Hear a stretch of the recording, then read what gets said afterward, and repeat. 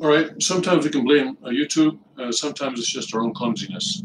And I'm afraid that's what happened just now. Um, I'm sorry to everyone who got cut off. As I said, as I was mentioning, we have to keep what's going on. I hope that people can find their way back. If not, they can watch this recording later on. So as I was saying, I was going through this situation where there have been some infamous cases.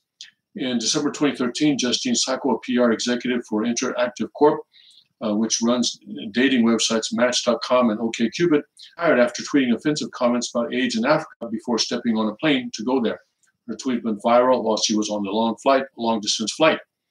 IAC said at the time the offensive comment does not reflect the views and values of IAC. Sacco later apologized for being insensitive to this crisis and later said the tweet was intended to be satirical.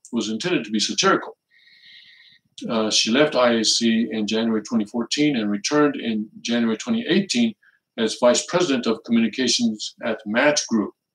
So, second chances, I guess. Anthony Weiner, the former Democratic congressman for New York, last year began a 21-month prison sentence for sexting with a minor. But he first resigned in June 2011 after sending a sexually explicit photo of himself to a college student over Twitter. At first, Weiner claimed that his account was hacked while he lost his, which, by the way, is what Joy Reid was also trying to claim when it was first discovered that she had written against homosexuality some years back, which, by the way, is a good thing that she wrote that. But for the leftists, that is a high crime. Wow, that is a really a terrible thing that she did, that she's being given a pass by the left. While he lost his $174,000 a year job, the standard salary for members of the House and Senate, he walked away with the equivalent of around $1.2 million in retirement benefits after just a dozen years in office. He later expressed remorse. These destructive impulses brought great devastation to family and friends and destroyed my life, as he said. I don't think that was his dream. I think he was dreaming about something else, but anyway, that's beside the point. Even posting photographs or retweeting someone else's tweet can be enough to get fired. Despite repeated warnings, people still get fired for sending an inappropriate photo or tweet. The problem with these sites, like Twitter and Instagram, is that the immediate are also social media's greatest dangers, experts say. And in many cases, there's no turning back once you hit send. And there are plenty of reasons not to. Case in point, 5 workers on a dam in Oroville, California were fired earlier this year for taking photos of the dam and posting them on Instagram, despite a strict no social media and no photos policy at the site. Oh, so it gets smarter. If you're going to post something, leak it to a friend and have the friend post it or something. I apologize for the breakdown there. As I said, sometimes YouTube's at fault, but in this case, it's my own. And now I see that our connection is unstable again. Please wait while we try to reconnect, it says. All right, we'll continue going on here. Let's see here. The California, there's a thing where Google is saying that Republicans are Nazis. This is also appearing on Wikipedia. Shows you how reliable Wikipedia is, unreliable Wikipedia is.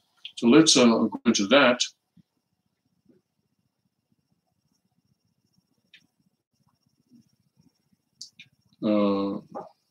Google listed Nazism as the ideology of the California Republican Party. Less than a week before the California primary, Google listed Nazism as the ideology of the California Republican Party. Now, this is how the war is going. This is how the war is being fought. In the knowledgeable panel that provides easy access to information next to search results, Google was showing Nazism as an ideology of the party as of Thursday morning. The word Nazism was hyperlinked to a secondary page that shows Nazism alongside other ideologies of California Republicans like conservatism, market liberalism, fiscal conservatism, and green conservatism. California voters have been casting their absentee ballots for weeks ahead of Tuesday statewide primary elections, which will help determine the majority of the House of Representatives and the potential next governor of the world's fifth largest economy. I'm sorry that people, okay, thank you. Thank you for Yoon has come back on the chat. Thank you very much. Apologize to her and others that break in the live stream was my fault. I'll make sure it doesn't happen again. But voters looking for information by searching California Republicans or California Republican Party were getting Nazism next to their search results until Google listing down later Thursday after a query from Vice News. The listing is provoking outrage among Republicans who already believe Silicon Valley tech giants are stacking the deck against them. It is disgraceful that the world's largest search engine has labeled millions of California Republicans as Nazis, said Republican Representative Kevin McCarthy of California, the House Majority Leader and potential successor to Speaker Paul Ryan. This is just the latest incident in a disturbing trend to slander conservatives. These damaging actions must be held to account. The bias has to stop. And you see, they're not going to be held to the same standard as Roseanne Barr was, are they? We know that. They're just going to say, oh, sorry, they're going to move on. Yeah, because they're why? Because they're leftists. What is it? There was a movie way back in the 60s, Love Story, yeah, where they said or love is never having to say you're sorry. That was the big tagline for that movie. Love is never having to say you're sorry, which of course is false. You say, if you're in love, you say sorry lots of times. But right now, being leftist is never having to say you're sorry. All right. The company's knowledge panel, often populated, at least in part, with information from Wikipedia, but the words Nazi or Nazism do not appear in the current Wikipedia page for the California Republican Party.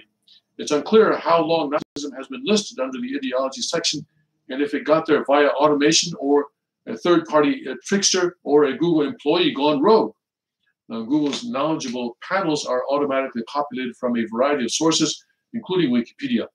Sometimes people vandalize public information sources like Wikipedia, which can impact the information that appears in search, a Google spokesperson said in a statement.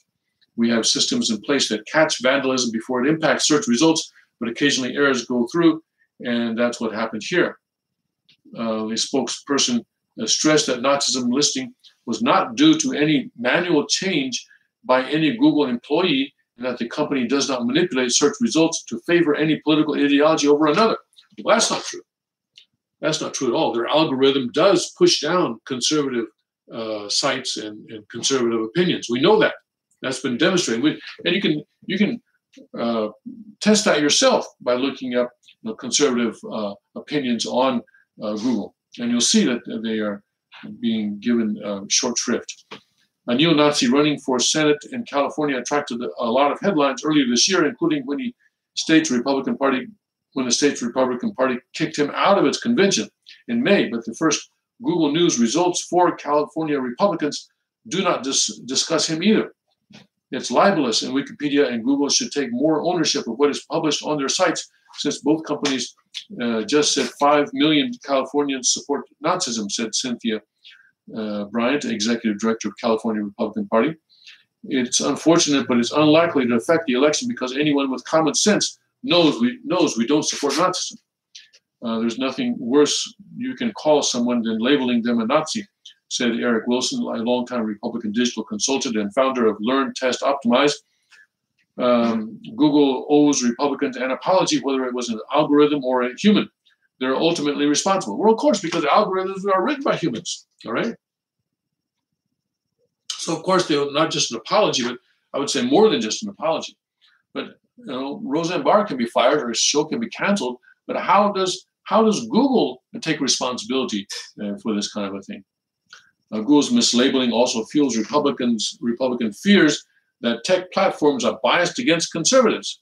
Not just fears, come on.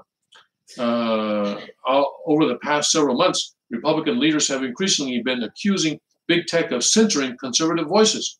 Republican Party Chairwoman Ronna McDaniel and Donald Trump's 2020 campaign manager Brad Parscale sent a letter last week to Facebook and Twitter requesting for more transparency by the companies in how they are preventing political bias internally.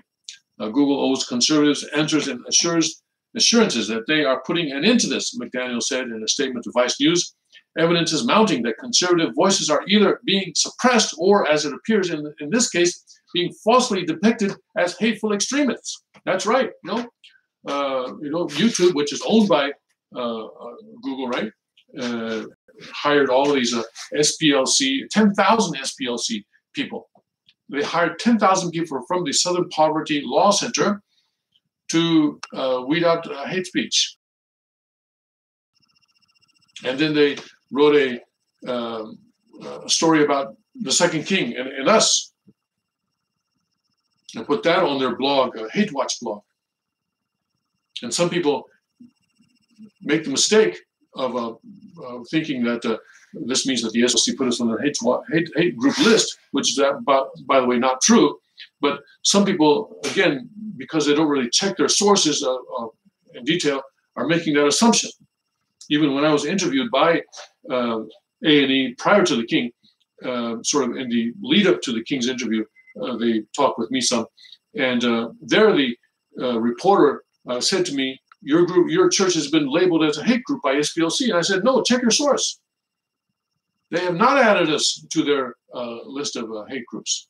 Of course, even if they did, we would still be in good company. But the fact is that they have not. And if they do add us, that could have some ramifications, which would be inconvenient for us. A Republican Senator Ted Cruz of Texas grilled Facebook CEO Mark Zuckerberg about it during the April hearings, and the House Judiciary Committee brought in conservative Facebook stars Diamond and Silk, who claimed to have been discriminated against by Facebook. The Trump-supporting duo appear to have been changes that have diminished all engagement with the political content and other sites as well. One of the favorite sites that I China Uncensored.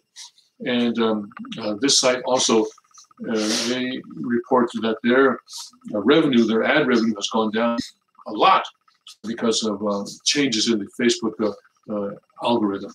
And because Facebook, because this is a site that the Communist Party of China, CCP, hates. Facebook wants to suck up to the Chinese Communist Party. So they've made it so that this site is receiving a lot less ad revenue, and this is a site that is done by, I think, about 3 or 4 people who make a living out of this. And so if they don't get any revenue, they cannot continue.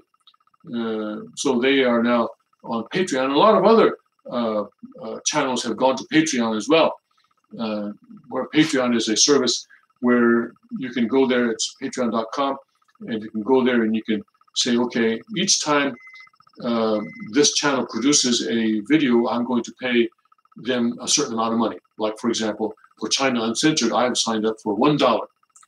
Each time they put a video online, I give China Uncensored $1. That's my contribution to them. But I've also set a maximum. I can't afford to give them more than $20 a month. All right. So, and I don't think they've ever hit that maximum. They usually publish about 12 or 16 videos a month. But that's my contribution. And a lot of other people are doing this. So it's not just me. For me, it's just $1 for me. But for them, it's a lot of people doing this. And so that's how that channel is able to maintain their presence. But also, Diamond and Silk is another example. And there are many other examples of people who tried to express conservative opinions on Facebook and found that their revenue has dropped precipitously, their ad revenue, because YouTube is no longer allowing ads to be placed on those videos.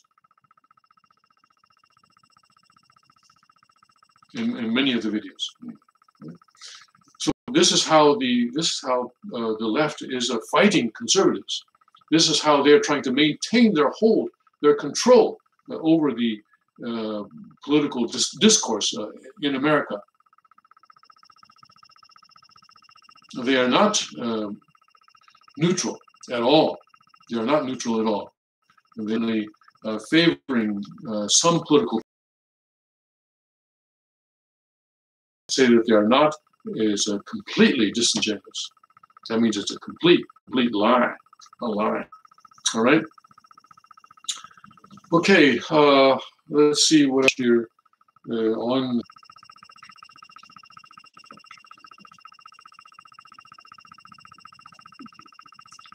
See, okay, and the end of Sears, well, yeah, Sears and Roebuck. Remember that? You know, even when I was a child, we used to get the Sears catalog and go through it and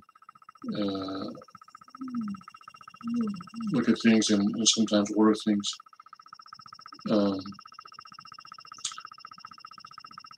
But now Sears also is on a decline.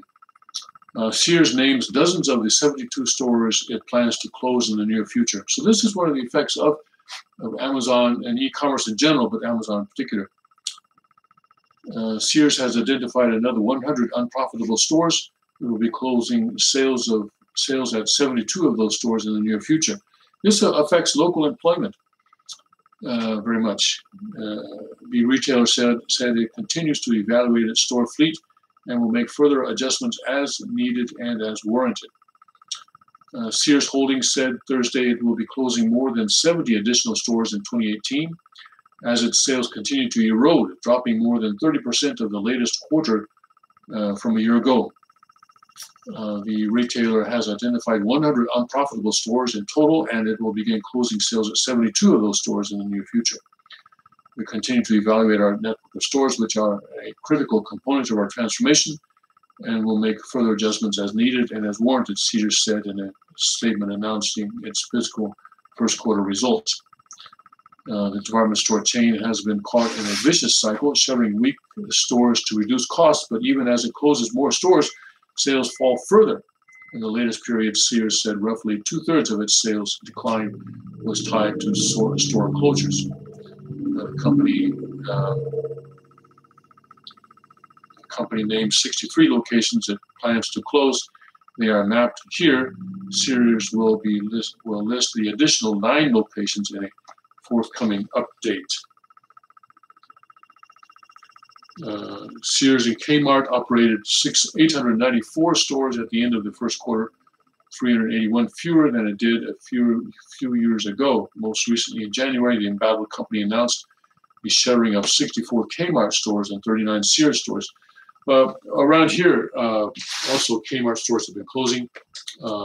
When we moved here just, 3 years ago, we were looking, we were moving into a new place, and so we needed a lot of stuff, and we found that Kmart in Mount Pocono was having a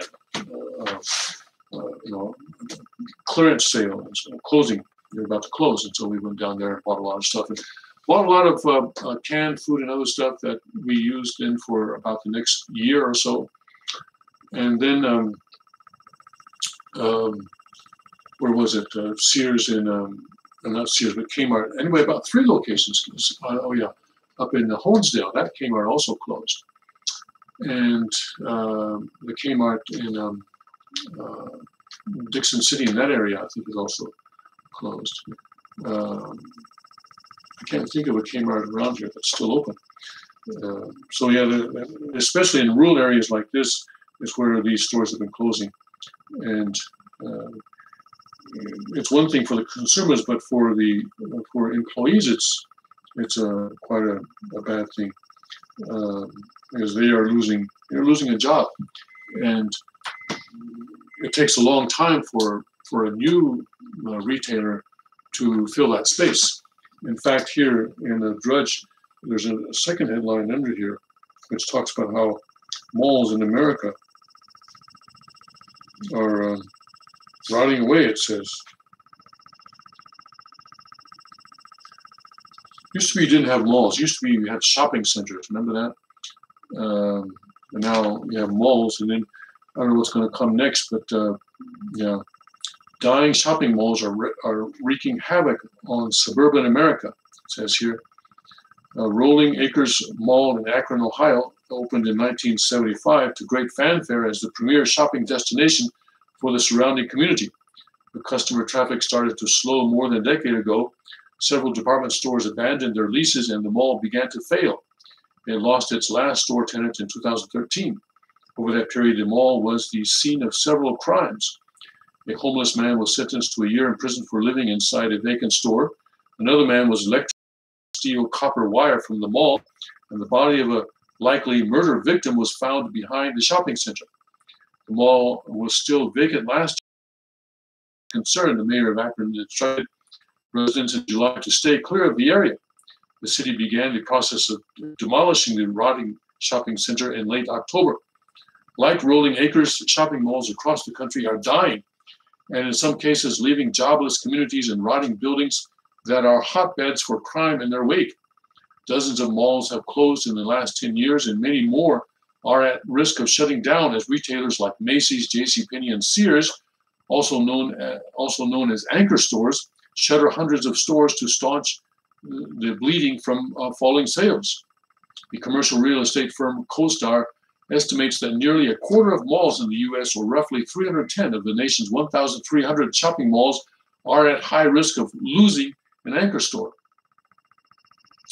And this area too, I think we have some malls that are obviously on the way down.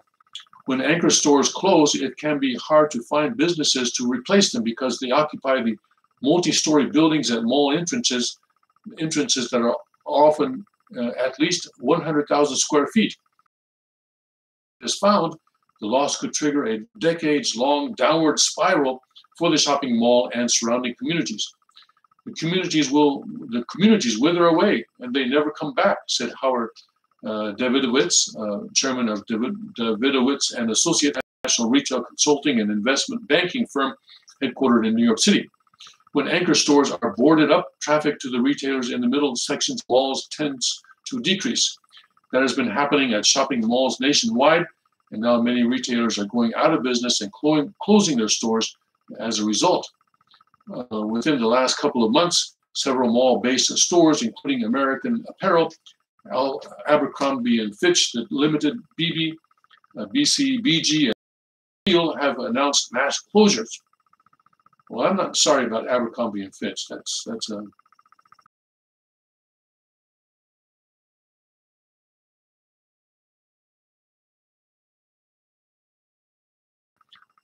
often over the course of a decade or more. As stores are boarded up one by one, shopper traffic slows and crime in the area tends to spike, Davidowitz says. Malls are big contributors to city and state taxes, jobs, and everything, Davidowitz said. Once they close, they are a blight community for a very long time. Kevin Zent, 59, of Memphis, Tennessee, said that crime is a huge problem at malls near his home and wants while they are at the mall. There are 890 reported crime incidents at one Memphis area mall between January 1, 2012 and July 15, 2015, according to an investigation last summer by the local NBC affiliate WMC Action News. Zen said he believes that crime is the biggest reason mall traffic has declined in the last decade, though many analysts attribute those declines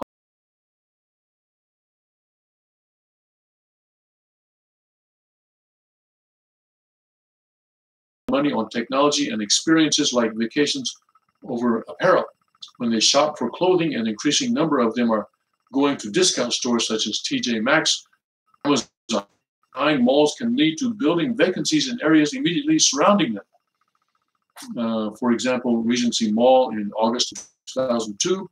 15 years later, most of the properties along Gordon Highway where it's located are also vacant, according to WJF.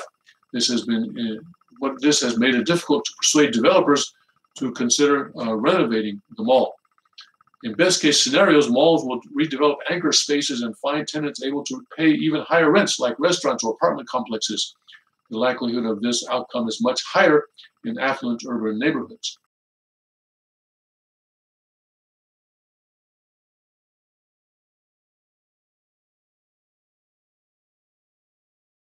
The mall's JCPenney and Sears stores remain open, while multiple stores in the middle of the malls have gone dark. The developers that own the mall have proposed a $35 million plan of the former Macy's buildings to make room for a possible movie theater and trampoline park. The vice president of Thalheimer Realty Partners, which owns the mall with the Rebke Company, explained the idea behind the proposal at a recent meeting with local government officials. The buzzword is experiential retail, Sasha said, according to the Richmond Times-Dispatch. We are trying to create a new experience and bring people in to attract them to the Regency experience. What that means is we need theaters and craft breweries and restaurants and trampoline parks and laser tag, things that people can experience in real life to compete with the internet. That's becoming our big competitor now, the web. People, real life experiences. That's true, and that's important. That, by the way, is also sort of, we can segue from that into the development that is being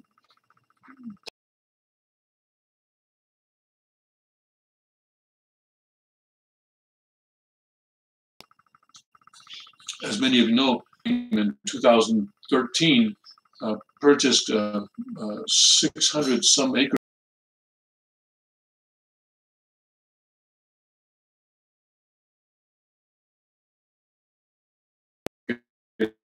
part of that land, and much of the remaining part of the land maybe is going to be perhaps developed into kind of a experiential development where own property there, own sort of own property, various types of properties, and families can go there and do sort of what is it called? Anyway, various things are being planned for that. You know, that only goes so far, right? Okay, so that's the end of that article on Business Insider about malls dying. Well, yeah, the business environment.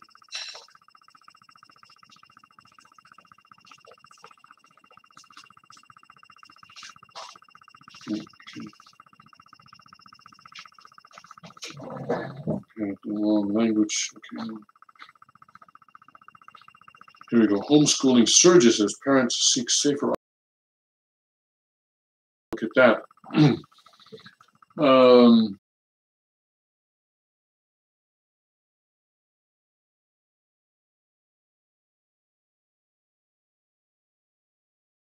That's the story. That's the trouble. Yeah. Trouble. Here we go. Try that.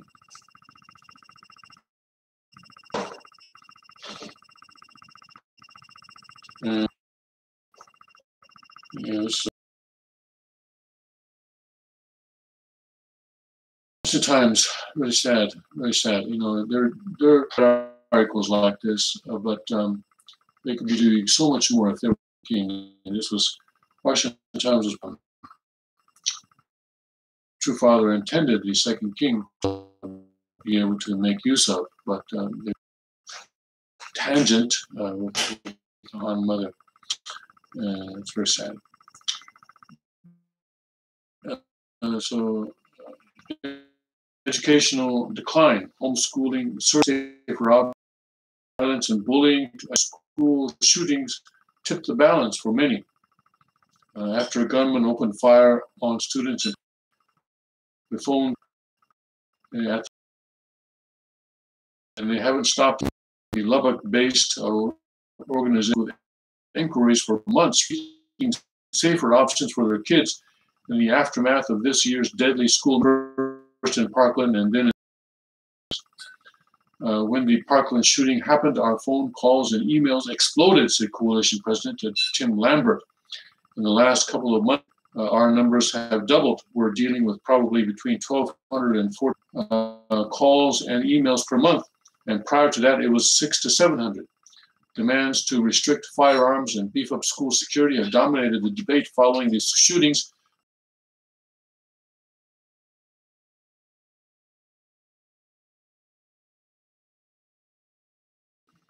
Yeah, I can see that. I can see that very much.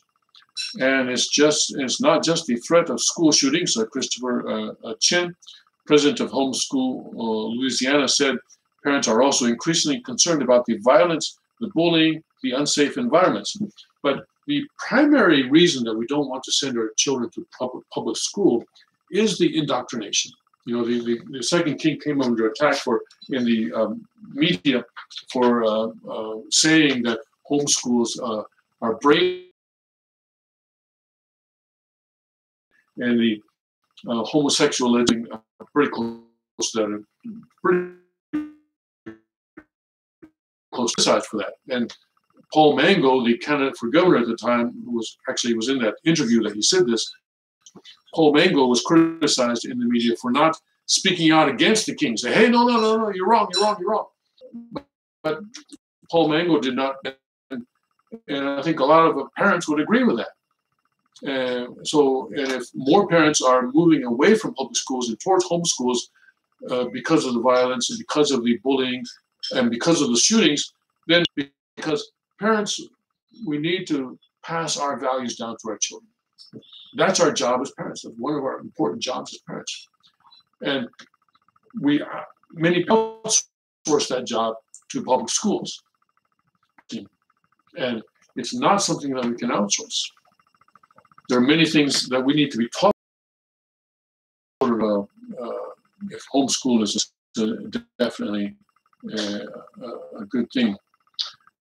One of the things definitely in the last 5 years is the aspect of violence, the bullying. That is off the charts, Mr. Chen said. Well, bullying, it is true that children to learn how to deal with bullying by learning. In his experience, a mass shooting won't change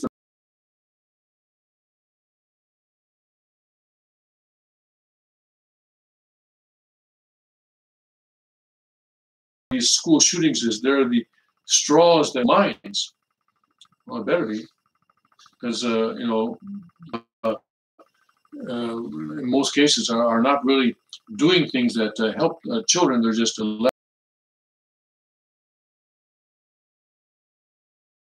Brian D. Ray, president of the National Home Education in Salem, Oregon, conducted homeschool research for 33 years, said school safety has increasingly become an issue for parents looking at teaching their kids at home. He said that parents who choose homeschooling are a desire to provide religious instruction or different values than those offered at public schools, academic curriculum, and worries about the school environment. I would say all three of those are.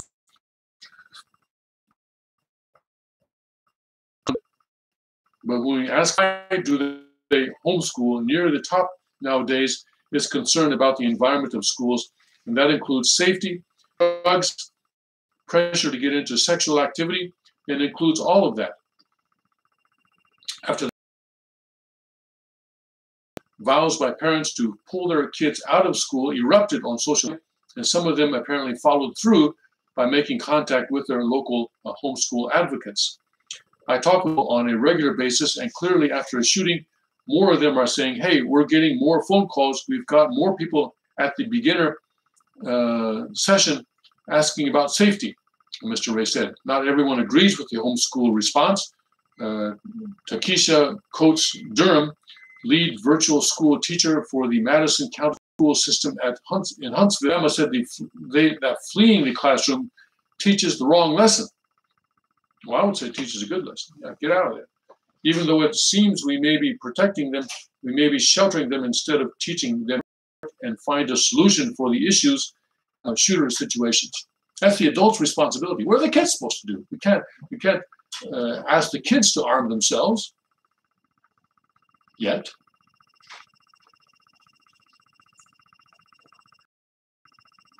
Adults are shirking their responsibility to do things that provide real safety and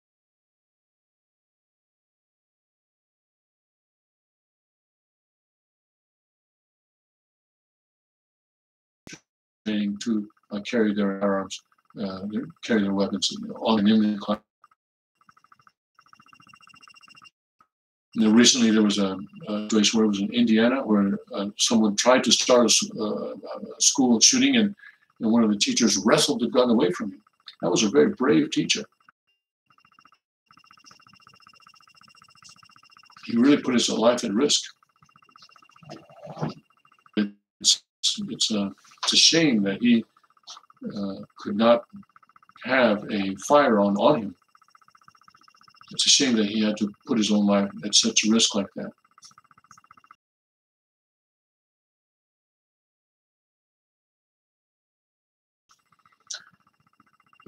Her comments came shortly after the May 18th shooting at Santa Fe High School, which left 10 dead just 3 months after 17 were killed in the massacre at Marjorie Stoneman Douglas High School in Parkland. While homeschool advocates are estimated 1.69 million homeschool students from age 5 to 17 in spring 2016 using data from the National Household Education Surveys program.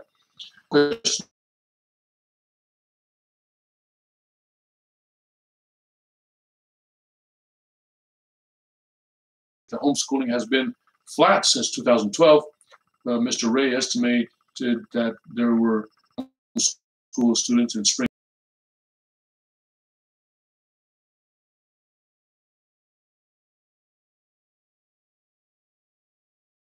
represented a 25% increase between 2012 and 16.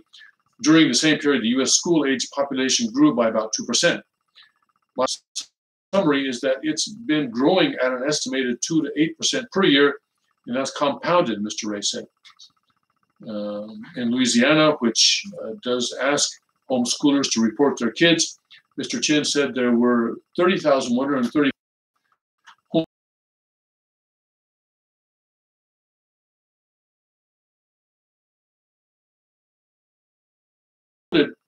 in our state, said Mr. Chin, who homeschools his 5 children with his wife.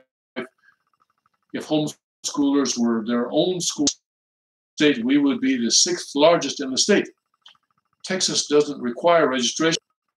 Who homeschooled his 4 now adult children, estimated that the state has about 150,000 families and more than 300,000 students being taught at home. Safety ranked 4th among reasons parents educate their kids at home. I'm required by law to place my kids in a public school or private or homeschool, but the state is not accountable in terms of the safety of, said Mr. Lambert. So we get lots of calls from people saying, hey, my kid's being bullied, my kid's being attacked, and the school either can't or won't do anything about it. So we're going to we're withdrawing him. Like Mr. Ch he said a highly publicized school shooting may come as the tipping point for parents already inclined to pull their kids out of the public system. When a shooting happens, I call it the straw that basically breaks their idea of the public schools. I don't know why people keep referring to shootings as straw.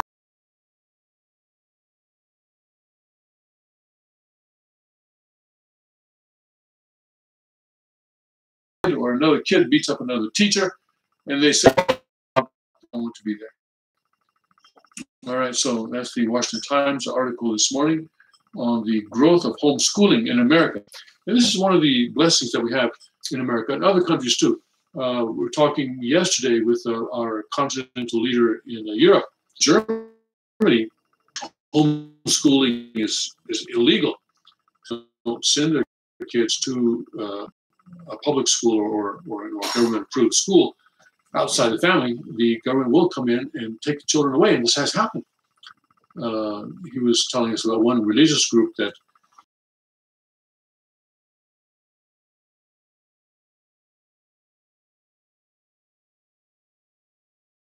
taken away, and other members of this religious community were forced to flee Germany.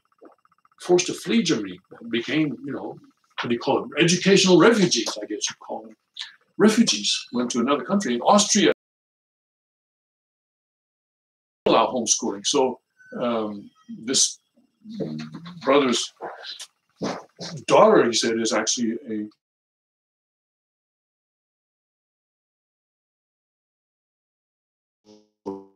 moving to a country where that will be allowed. So that's the amazing situation in Germany. Austria does allow homeschooling, but in America, of course, the laws are different from state to state. But in most places, homeschooling is an available option, and more parents are choosing that. That's important. That's important. This article didn't really go too far into the idea of values. But that is one of the reasons that we have children is to pass. We don't just give children physical life. It's not enough that we're not just simple, what do they call us? Or what do they call us? There's a term that the elitists use for some women, not procreators, but what was the term? It's coming. But we're not just giving children physical, we're giving children spiritual life as well.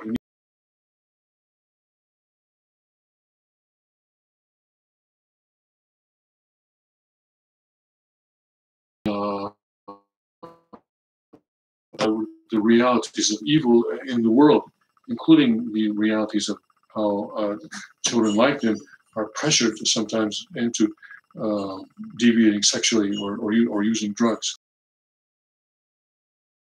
One person was saying, "Oh, you need to be in harm's way so that they can learn how to deal with problems instead of escape from them."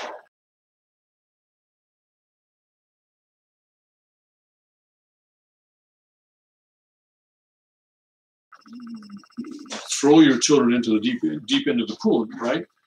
You teach them how to swim first. Isn't that right? Also want to learn to swim that way, but putting children into a public school is basically throwing them into the deep end of the pool, and sometimes they do swim. Sometimes they do swim well, but in many cases they are destroyed.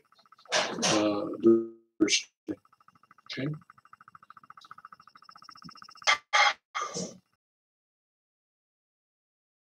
Schooling does take certain foundation. It's sometimes especially difficult if you have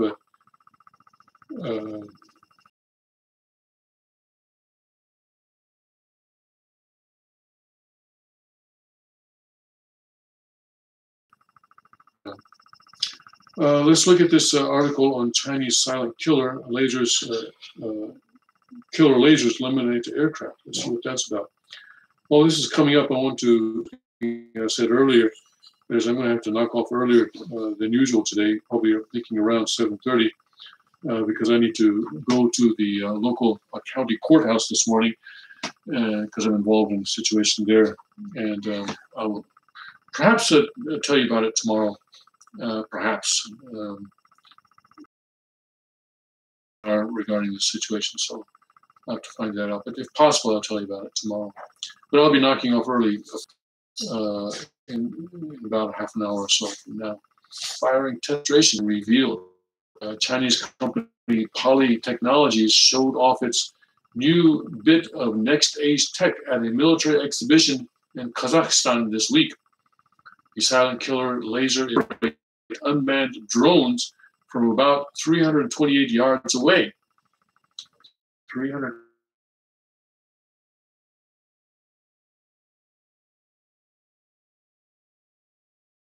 After 10,000 feet, and you're going to obliterate it from the ground. Only the distance here is only.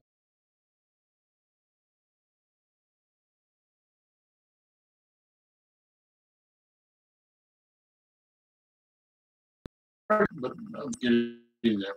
Silent killers, lasers are also able to jam incoming electronic attacks, effectively making a hack attempt impossible. Okay. All right, so that's what the Chinese are doing. And the weapon is capable of being mounted onto mobile vehicles as well as warships, according to its developers. It has since emerged, however, that in addition to its obvious military application,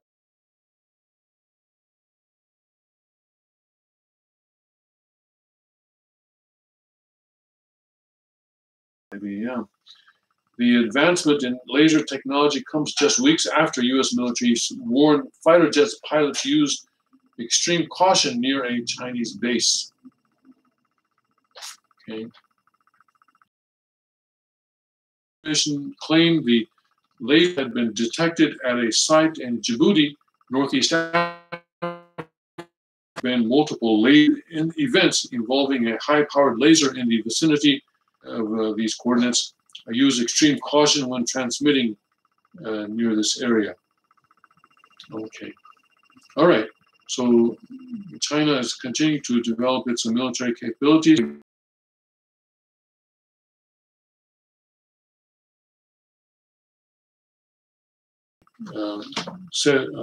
Declared last October's Party Congress, Communist Party Congress, China will become the preeminent superpower in the world by 2050.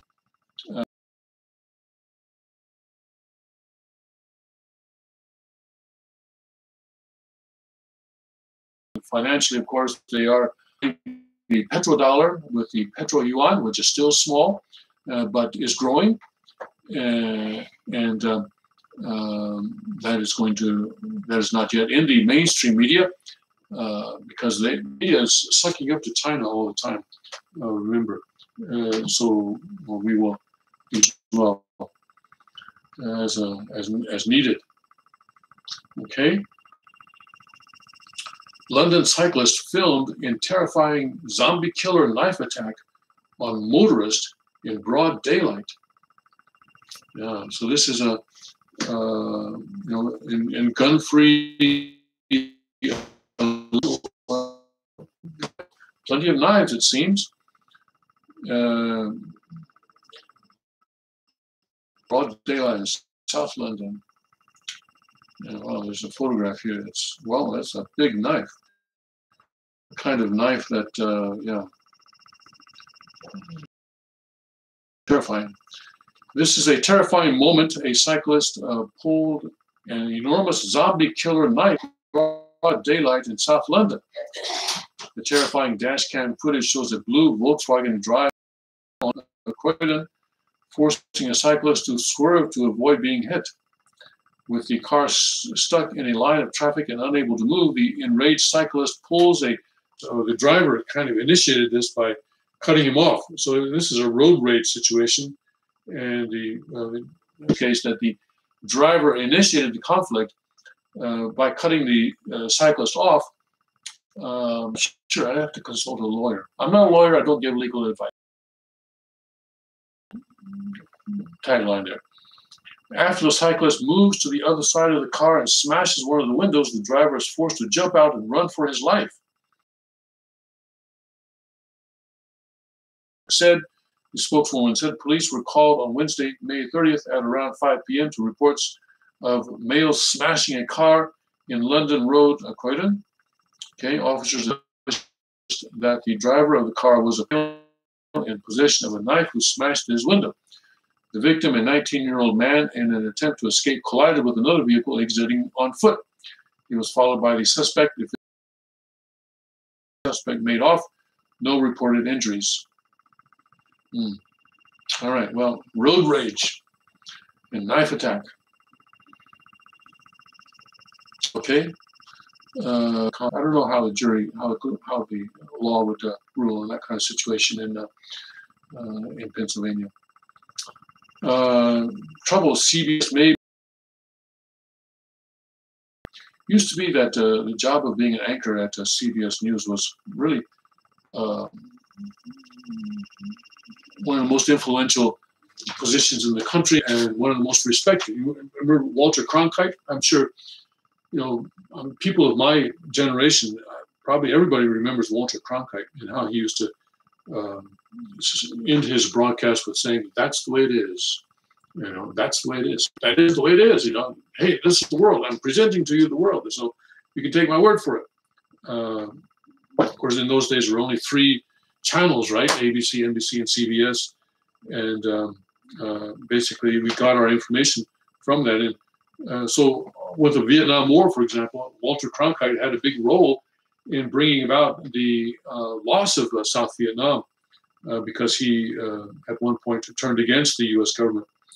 But anyway, is Jeff Glor headed out CBS's door? See that? I mean, I haven't even heard of this guy. Walter Cronkite was famous Everybody knew Walter Cronkite, but this guy now, page 6 is told that just 6 months after Glore took over the anchor at CBS Evening News, and 6 months later, I never even heard of him. Execs at the network are already thinking about replacing him. Sources say that after Glore lost nearly 1.5 million viewers since his debut in December 2017, top brass told Glore and his producers that they need to turn things around quickly. Insiders say that CBS News President David Rhodes even called a meeting on Tuesday night to address the situation he unleashed on the team. An insider told page 6, he said how disappointed and frustrated he is with how things have gone. We're told some of the ire has been directed at new executive producer Moshe, who replaced veteran Steve Kappas at the helm in January. All right, so CBS, okay. But, it's amazing how much the internet has democratized information and democratized news, so that we're no longer relying on these people. And that's why they can be an anchor at CBS News for 6 months without ever being heard of. Let's see here. The Mexican mafia's iron grip on California jails. I'm glad that these days Dredd seems to be coming to work earlier. It used to be that they wouldn't have any new headlines until the King's Report was finished, but now I'm seeing that they replace headlines at a much earlier hour. That's good. That gives us a fresher news. So this also is posted. The original article was posted at 4:42 a.m. this morning, Eastern Time. To the jailers of California, the Mexican mafia is known as the Gang of Gangs. Any member of a Latino street gang sent to prison or jail in California likely has to abide by the rules and dictates of the gang while in prison, even to the point of making peace with their longtime hated rivals. They have the ability to turn gangs that are historically sworn enemies that fight on the streets into allies when they come inside our jail system, said Commander Joseph Dempsey of the Los Angeles County Sheriff's Department. Author and former Los Angeles Times reporter Sam Quinones has chronicled the Mexican mafia and associated Latino street gangs of California for 2 decades. Quinones says the gangs pounded as its 30-year reputation for viciousness in the jail system won the allegiance of Latino street gangs throughout Southern California. The Mexican mafia's influence and importance goes far, far beyond the prisons now, Quinones told the Daily Beast. I came to understand the Mexican mafia was as important to many towns and communities as the mayor. They had an enormous effect in certain areas in Southern California, particularly the Latino barrios, and an effect on the crime rate, the murder rate, and how drugs were sold. Gangs, of course, all countries have gangs. And basically, these are kind of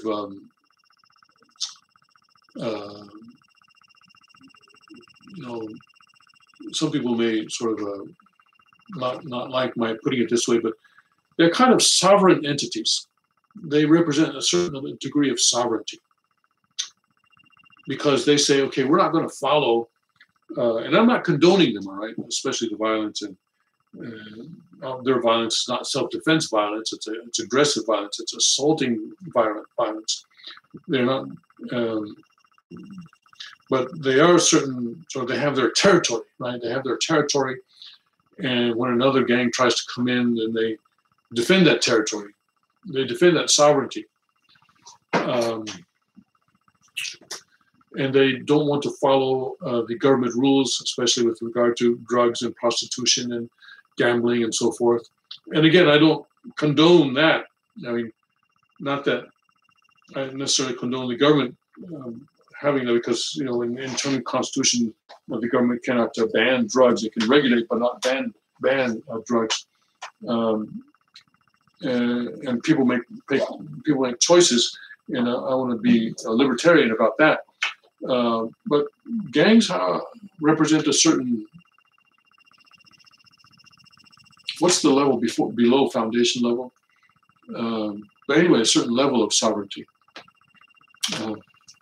So I am kind of interested in them from that point of view. 2 federal indictments unsealed May 23rd in Los Angeles vividly affirm the immense power wielded by the gang of gangs in jails and prisons of California. The court documents allege members of the Mexican mafia divided up control of the drug trade in nearly every jail and prison in the state, imposing taxes and meting out violent discipline to inmates. One of the indictments goes so far as to characterize the gang's activity as an illegal government. See that? An illegal government. So it is a kind of a government. It is a kind of a, but yeah, it is a government because they use force. They use deadly force to enforce their rules. And this is the, we can get into something else right now, but a government uses deadly force, all right, inside what is the largest jail system in the country. What's more, the indictments assert what cops and crooks in Los Angeles have been saying for years, that the gang's system of discipline and taxation extended far beyond the walls of the state prisons and into nearly every community in the Los Angeles area where Latino street gangs were active. So yeah, it is a government in the sense that they tax people and they enforce that taxation with violence, with physical violence, with deadly violence, with lethal force. Members of such gangs are expected to and are proud to carry out the orders of the Mexican mafia member in control of their neighborhood or custody facility, because doing work for the Mexican mafia increases the gang member's status. So look at that. But I mean, they say could, that's a could, may.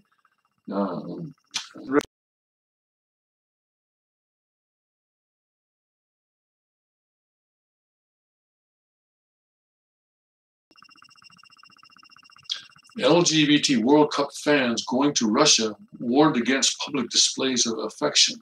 Yeah, I bet, yeah. Backlash is Saudi, as Vogue cover as Saudi princess driving a car. Let's see what that's about.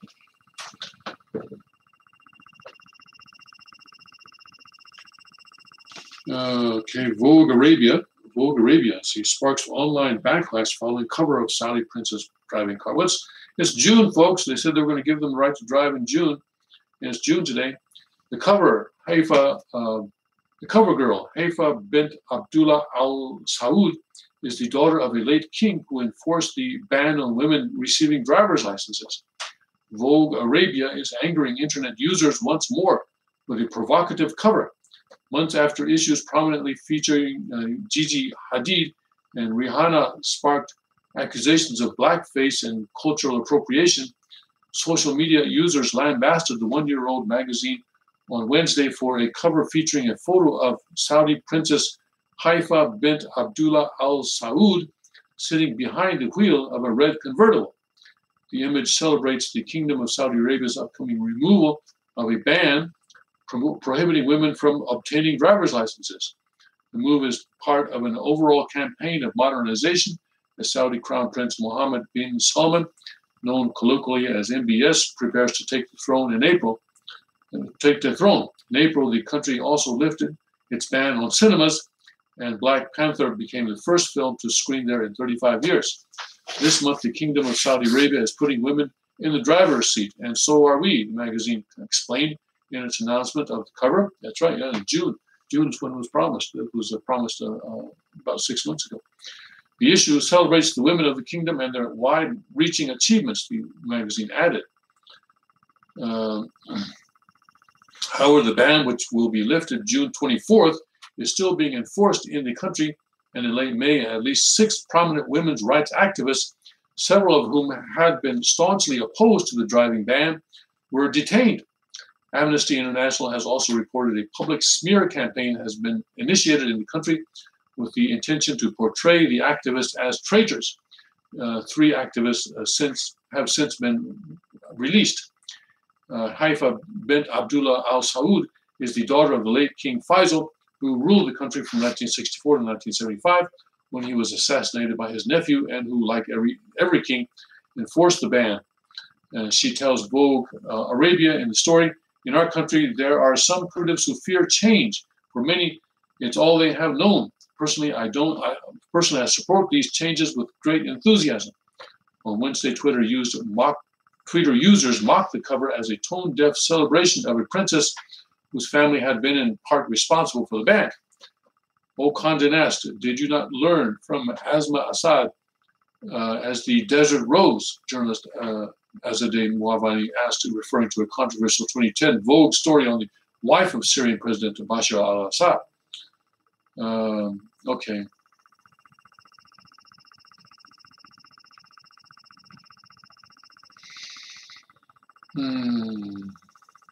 Okay, all right, so it goes on here for a while, but all right, so finally, women in Saudi Arabia are going to be allowed to drive. They still have to have a male, a male member of their family with them, I believe. I don't think they're going to be given that much freedom. You know, you can't give.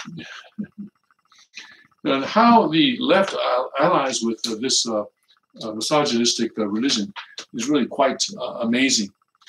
And it's very apparent hypocrisy, very obvious hypocrisy, but I guess people overlook it.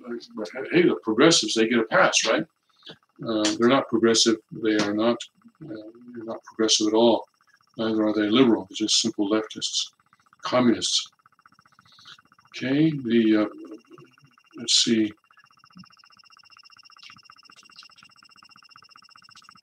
Let's see what else we can get here. Let's look at Breitbart. Let's see what's on Breitbart this morning.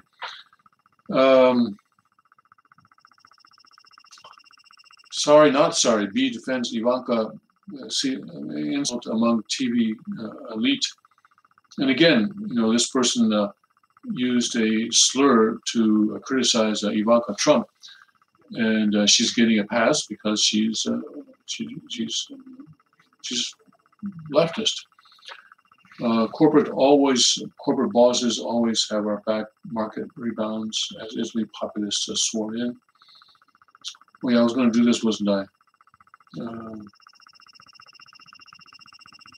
Let's check this.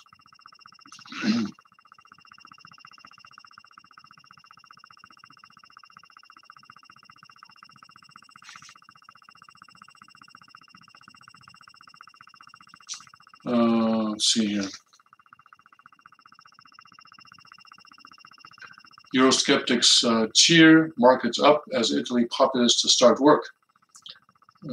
AP out of Rome. This is dated today. Europe's Eurosceptic politicians cheered and Milan stock index rose Friday after Italy's populists put an end to 3 months of political gridlock, staving off the threat of new elections and forming Western Europe's first populist government. The anti-establishment Five-Star Movement and Right-Wing League are to swear in their cabinet later Friday, that's today, capping a roller coaster week of political and financial turmoil by reaching agreement with the Italy's president to drop a Eurosceptic economy minister.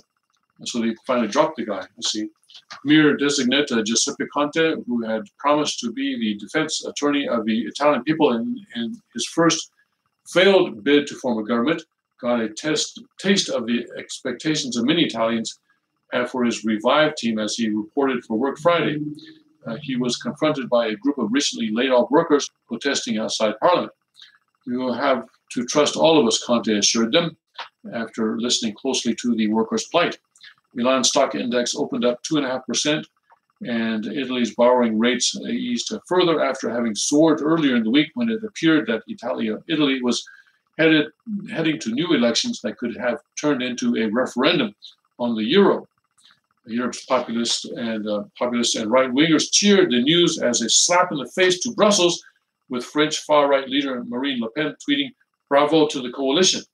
It's a victory of democracy over intimidation and threats from the European Union," said Le Pen, who shares the League's firm anti-immigrant stance. "Nothing will stop the return of the people to the stage of history. Best of luck to both of those parties, to both of those leaders," Nigel Farage, former leader of the Britain's UKIP party that played a key role in the Brexit campaign, said in a video message. "One thing, though, gotta stay strong. Those who have been clear in recent days of their concern, who have made clear in recent days their concern in occasionally undiplomatic terms about the Eurosceptic direction of Europe's third largest economy. I'm in deep love with Italy. Bella Italy, European Commissioner President Jean-Claude Juncker told a conference on Thursday, but he said he refused to accept that all of Italy's ills can be blamed on the EU. Italians have to take care of the poor regions of Italy. That means more work, less corruption, seriousness.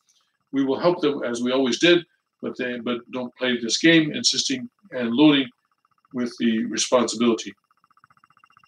The European Union. His comments sparked outrage in Italy, with League leader Matteo Salvini blasting them as racist in his victory speech Thursday in the League's base in northern Lombardy.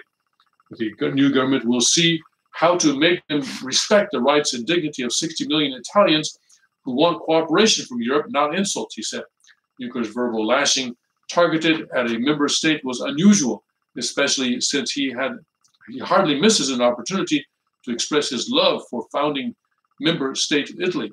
The EU Commission president had also chided one of his commissioners earlier in the week for comments deemed too harsh on Italy. Stock markets in Italy and globally had plunged, and Italy's borrowing rates soared earlier in the week when it appeared Italy was heading to new elections after President Sergio Mattarella vetoed the prospective partner's first pick for economy minister, collapsing the proposed coalition. All right, so anyway, they worked through all that. So now they have a new guy in the economy minister position, Giovanni Tria, a mainstream economist at Rome University, who is considered close to the Forza Italia party of ex-premier Silvio Berlusconi. Okay, so that is the end of that article. But you know, the European Union is a slow train wreck, and it's just a matter of time before it finally meets its well-deserved end.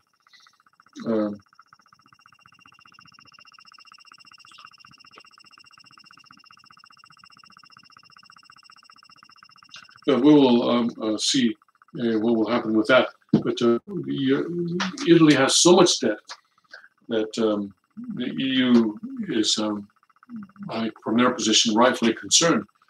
You know, if you owe the bank $10,000 or $100,000, then basically the bank owns you. But if you owe the bank $100 million or $1 billion, if that's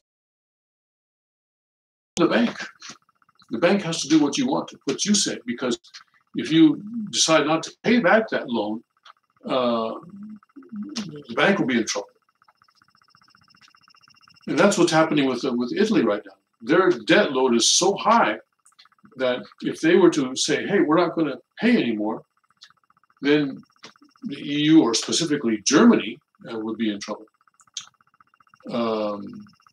Because what has happened is that right now the European Central Bank has been buying a lot of Italy's bonds and debt. And the reason that the central bank is buying is because no one else will, or else not at the price that will keep interest rates low. So now the European Central Bank owns a lot of that debt. And if Italy says we're not going to pay anymore, then European Central Bank, Germany, France, the whole system will collapse. And that's the danger that they see from Italy. And so to have a Eurosceptic coalition in charge of Italy is quite threatening to the powers slowly, but it is collapsing. Let's do a couple more stories before I have to leave. As I said, I'm going to have to leave this morning. I'm going to cut off at 7:30 this morning, and I'll tell you about what happens tomorrow. Let's see. Assad admits Iranian officers who work with the Syrian army. Prosecutors grill Comey, U.S. Attorney's Office, is seriously weighing charging McCabe. That's about time. Report paper sold positive coverage to Masters of Universe. Yeah. I bet they did. California Me Too leader struggles in re-election campaign after harassment allegations. Bill Clinton dismisses Democratic Senator Gillibrand, saying he should have resigned over sex allegations. That's what Bill Clinton does. Hey, well, I'm special. I should have to resign. Yeah. NBA Finals, LeBron loses Game 1 in OT. Little-known speller wins National Bee. Experts say antibiotic resistance crisis worsening due to lack of supply. Interior Department opioid task force drug seizure nets 913.5 pounds of illegal narcotics. Mueller investigation cost nearly $10 million in 6 months. Trump to Trudeau, fair deal or no deal on NAFTA. Russian foreign minister invites Kim Jong-un to visit Moscow. Yeah, let's go into this one. Kim Jong-un suddenly is very popular, isn't he? Yeah, wonder why. Well, it's because suddenly they're worried about what he's going to do, what he's going to talk about with President Trump, if and when they meet on June 12th. That's 11 days away now. Russian Foreign Minister Sergei Lavrov arrived in Pyongyang on Thursday to meet with his opposite number, North Korean Foreign Minister Ri Yong-ho. Lavrov also met with the dictator Kim Jong-un and invited him to visit Moscow for a meeting with Russian President Vladimir Putin. We welcome contacts between North and South Korea, as well as between North Korea and the United States, Lavrov said after his meeting with me. So, you guys don't actually believe that, do you? These statements are written by people who know what the guy is supposed to say, okay? But of course, in private, that's not what they're saying. In private, what Russia is saying is something different. They're saying, hey, Mr. Kim, listen, we're kind of worried about you going to talk with this guy, Trump. Because, our country, Russia, had a long interest in the Korean Peninsula going back to the 19th century. And yes, the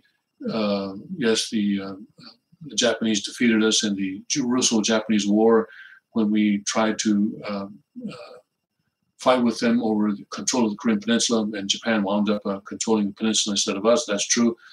And but after World War II, we got right back in it with the Soviet Union disarming the Japanese military north of the 38th parallel, and we after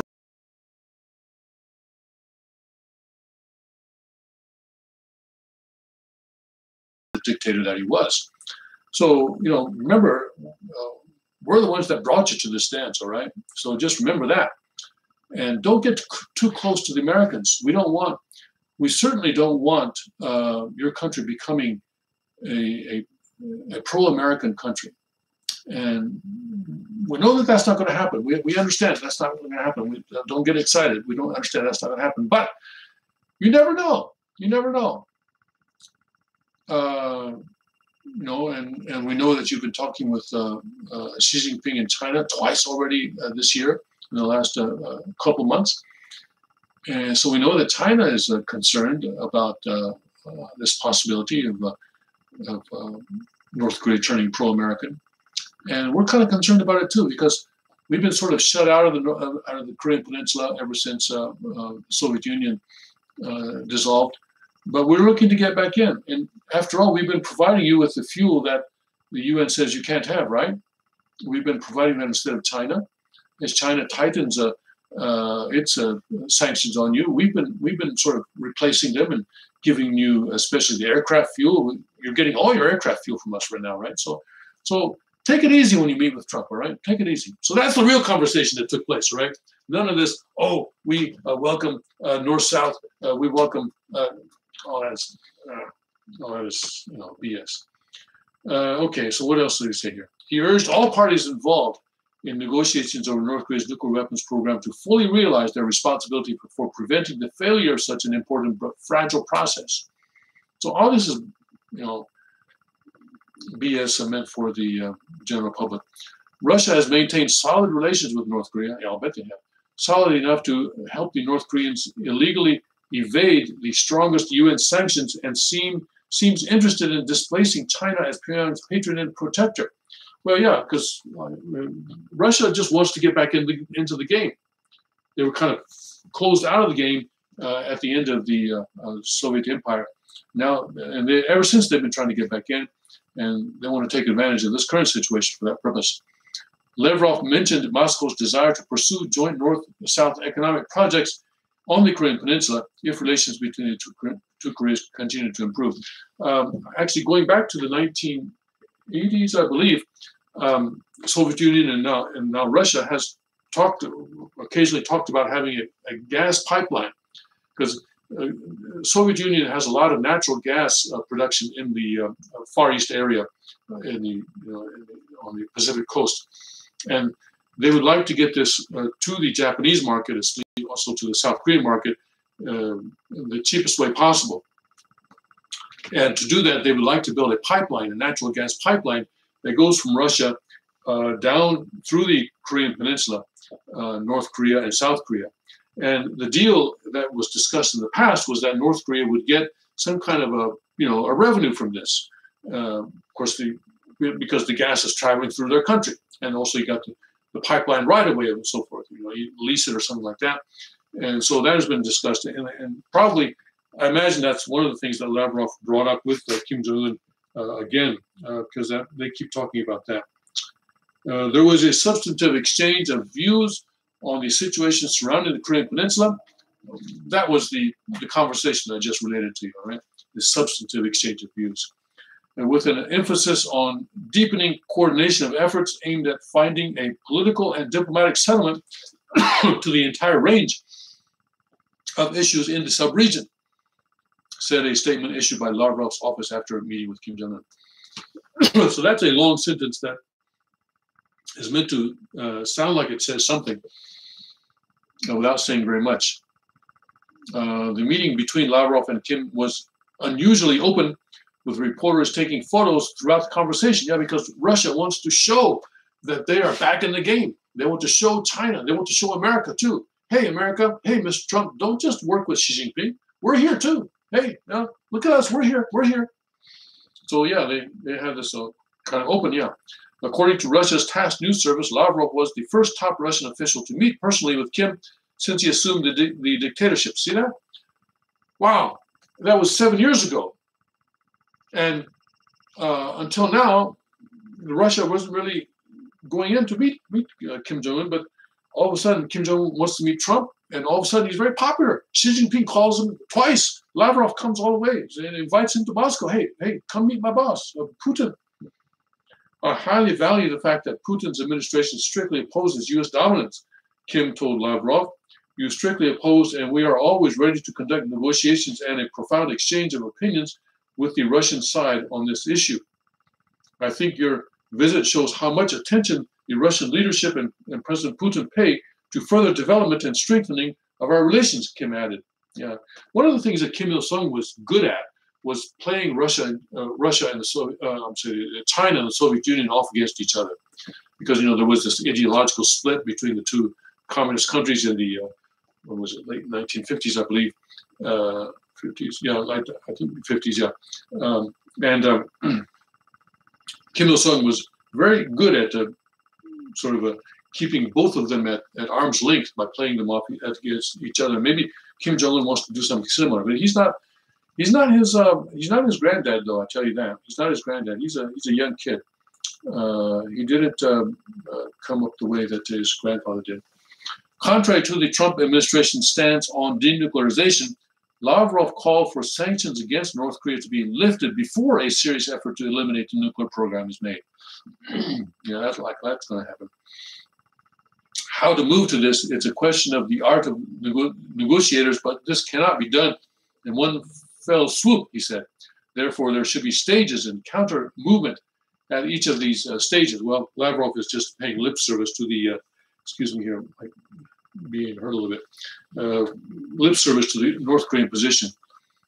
This is not much different from China's advice on how to proceed, but it's completely at odds with the Trump administration's conviction that exchanging sanctions relief for incremental progress toward denuclearization will end with the same Lucy and the football scam North Korea has invariably pulled in the past. Yeah, and Trump doesn't play that way. Trump doesn't play that way. Oh my goodness, look at the time. It's 7:33. I gotta go. All right, guys. Thank you for tuning in. I got to go early today. Got something going on at the courthouse, and I'll tell you about it tomorrow, I think, unless someone tells me that I cannot. And so tune in. That should be a good teaser, right, for you guys to come back tomorrow morning. And tomorrow we will have our regular tech team with us, and so the quality of the broadcast, the technical quality at least, should be better. All right. Thank you very, very much for tuning in. God bless, Godspeed, and may His kingdom come.